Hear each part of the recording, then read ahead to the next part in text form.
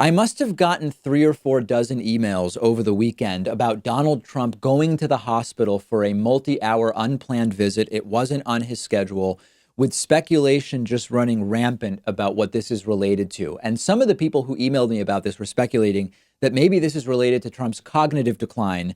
But you don't get rushed to a hospital unexpectedly for cognitive decline. You schedule a meeting with a neurologist and you get tested. So I don't believe that that's what this is about. Now, the White House, in retrospect, is saying that these were tests related to Trump's 2020 annual physical. But it really doesn't make sense because, again, it wasn't on Trump's schedule and the hospital didn't know Trump was coming. And I'll get to that later. What is very clear is that the White House doesn't seem to be telling the truth about this. The more they speak, the more it sounds odd, because Trump's press secretary said Trump is, quote, anticipating a very busy 2020 and therefore wanted to take advantage of a, quote, free weekend in Washington to just get ahead on some portions of his routine checkup not scheduled until next year. Doesn't really make much sense, and I'll tell you why in a second. Donald Trump also tweeting, quote, visited a great family of a young man under major surgery at the amazing Walter Reed Medical Center. Those are truly some of the best doctors in the world. Also began phase 1 of my yearly physical. Everything good. Great, actually. Will complete next year. Now, why would we doubt this? There are many reasons. First, showing up unexpectedly in November of 2019 for parts of a physical not scheduled until 2020, when Trump's past physicals have just lasted 4 hours and he was there for 2 hours this time, it just doesn't really make any sense. And then you add to this that Trump just had a physical 9 months ago. It also doesn't make sense that he would be rushing in months early to get another physical, or at least part of one, done. Add to this that Walter Reed Hospital says, we didn't know Trump was coming. He was not scheduled to be here. If you're coming in for 2 hours of tests and you're the president, you can be damn sure that the hospital knows that you're coming.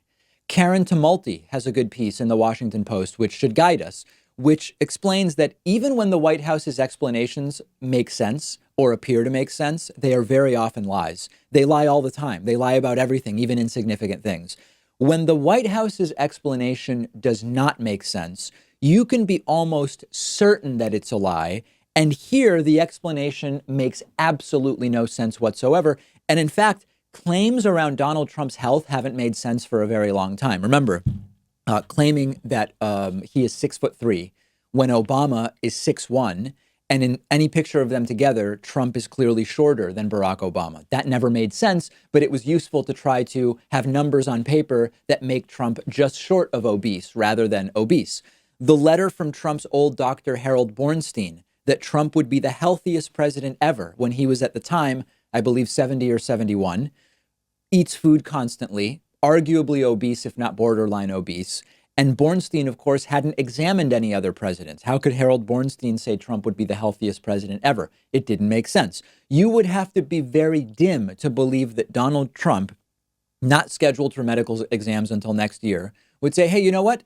I'm not golfing this weekend. What the hell? Let's go do 2 hours of testing at Walter Reed, even though they have no idea that I'm coming. There is no chance that that's the real explanation. Now, my mere speculation is that Trump went in for something like chest pain or something along those lines, possibly a panic attack. This is the type of thing where someone feels as though they can't breathe and their chest hurts. They go in, they have a workup done. Doctors check to see if you've had a heart attack. And very often they come out and say, you didn't have a heart attack. It seems that this was a panic attack.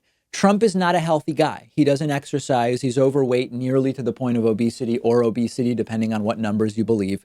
He eats terribly. He's 73 years old.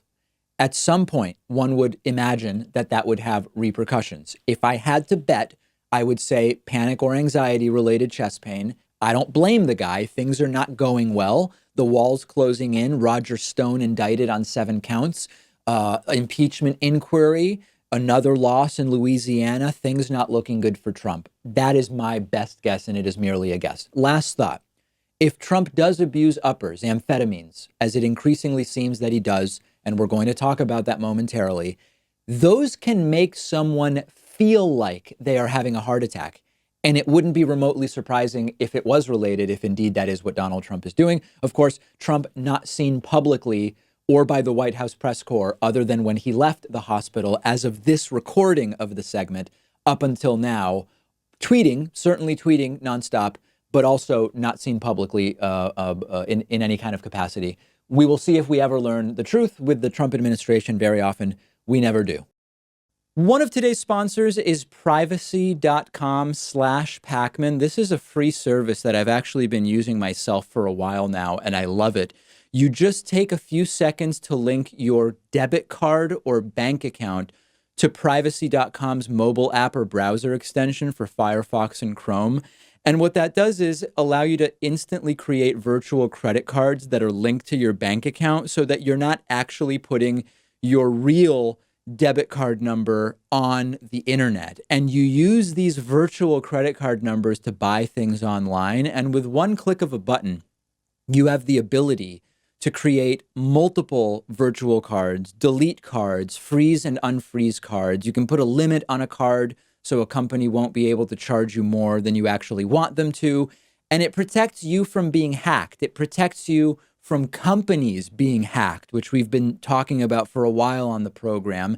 And it's perfect for signing up for free trials somewhere if you don't want your real credit card number to be exposed and on file. And their app and browser extension let you autofill the virtual credit card number into the credit card field when you're buying things online. There are a ton of different advantages to shopping and paying bills with a system like this. Everything is totally secure and encrypted. And in some situations, you can earn 5% cash back on your purchases. It's all completely free. All you have to do is click the link under this video to get started. And for a limited time, everybody in our audience who signs up gets $5 towards your first purchase when you sign up using that link below.